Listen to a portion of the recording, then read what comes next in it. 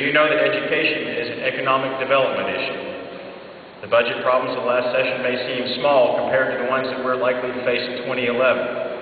Our sales tax revenues just dropped for the 7th straight month in August by 12.5% year over year. That's the steepest drop of this recession. At the same time, our state has growing needs.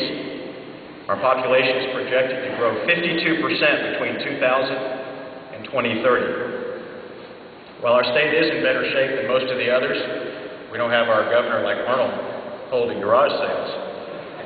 You only have to drive, like I do, between San Antonio and Austin to see a lot of for lease signs out there, and know that the national recession has impacted Texas too.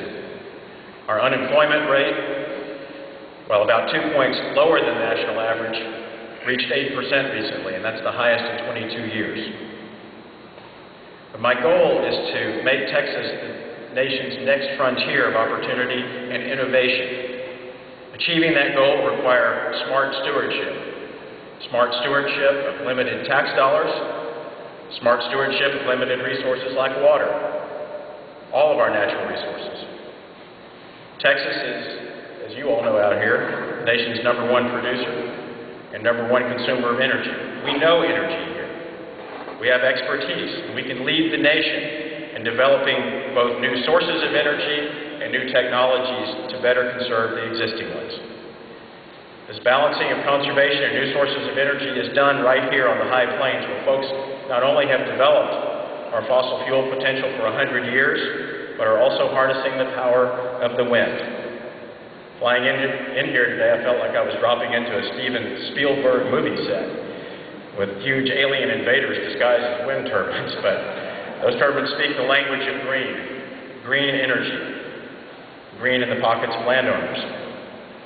These are just some of the things that we're focusing on, and I'm focusing on with my colleagues as we work together to seek input for the next session in 2011. In the next few weeks, I'll be issuing the interim charges that our committees are going to be working on to explore some of these issues in greater depth. And I will continue to work in Austin to set a tone of what I've been calling a respectful leadership, because I believe the people of Texas deserve for their leaders to debate and decide important issues in a civil and a constructive way.